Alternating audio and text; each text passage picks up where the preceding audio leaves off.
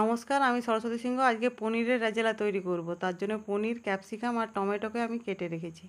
এরপর কড়াইয়ে তেল দিয়ে তেলটা বেশ ভালো মতো গরম করে পনিরগুলোকে আমি হালকা করে ভেজে জলে ফেলে রাখবো। এই দেখুন, আমি পনিরগুলোকে হালকা করে ভেজে জলে ফেলে রাখছি। জলে ফেলে রাখলে পনিরগুলো নরম হয়ে যায়, ওই জন্য আমি জলে দিয়ে দিলাম।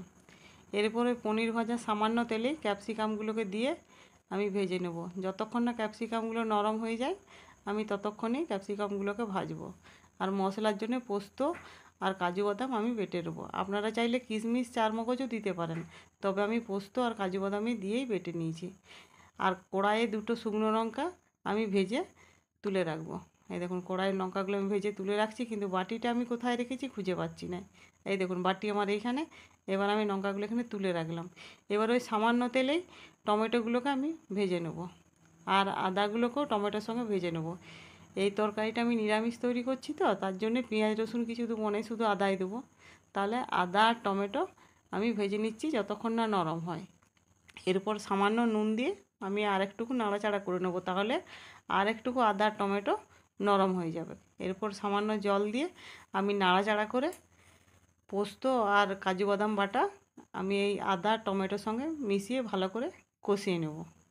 এই দেখুন, এটা আমার ফুটে উঠেছে।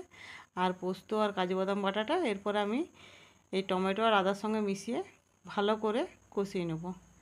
আমি ততক্ষণ পর্যন্ত কষাবো যতক্ষণ না পোস্ত আর কাজু বাদামের থেকে তেল বের হয়, কারণ কাজু বাদামেরও একটা গন্ধ থাকে, সেই কাঁচা গন্ধটা যাতে চলে যায়।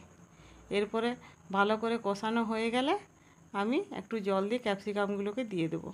এই দেখুন, আমার কষানো হয়ে গেছে। আমি বাটি ধোয়া জলটা দিয়ে একটু নাড়াচাড়া করে যেই ফুটে উঠবে সেই ক্যাপসিকামগুলোকে আমি দিয়ে দিচ্ছি।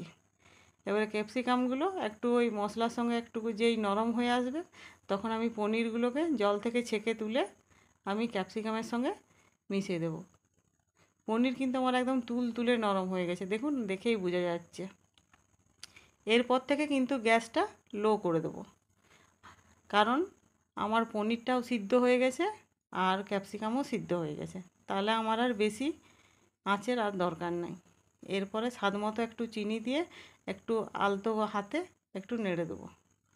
নাড়াচাড়া করে আমি 5-7 মিনিটের জন্যে আমি ঢাকা দিয়ে দিচ্ছি একটু জল দিয়ে। এই দেখুন, এইভাবে আমি ঢাকা দিয়ে দেবো 5-7 মিনিট। 5-7 মিনিট পর ক্যাপসিকামটা আরও সুন্দরভাবে গলে গেছে আর তরকারিটা একটু মাখা মাখা হয়ে গেছে। এই দেখুন, দেখতে খুব সুন্দর লাগছে আমার তরকারিটা প্রায় রেডি। তাহলে আমার ভিডিওটি দেখার জন্য আপনাদের অশেষ ধন্যবাদ। আর এদিকে শুকনো লঙ্কাগুলো আমি ভেঙে এই পনির আর ক্যাপসিকামের সঙ্গে দিয়ে দিলাম। এই দেখুন, আর পনির, ক্যাপসিকাম আর শুকনো লঙ্কার গন্ধ মিশে তরকারিটার স্বাদ একটা খুব সুন্দর হয়েছে, আর গন্ধটা খুব ভালো উঠছে। তাহলে আপনারা যদি নতুন হয়ে থাকেন তাহলে আমার চ্যানেলটিকে লাইক করে সাবস্ক্রাইব করে দেবেন। ধন্যবাদ।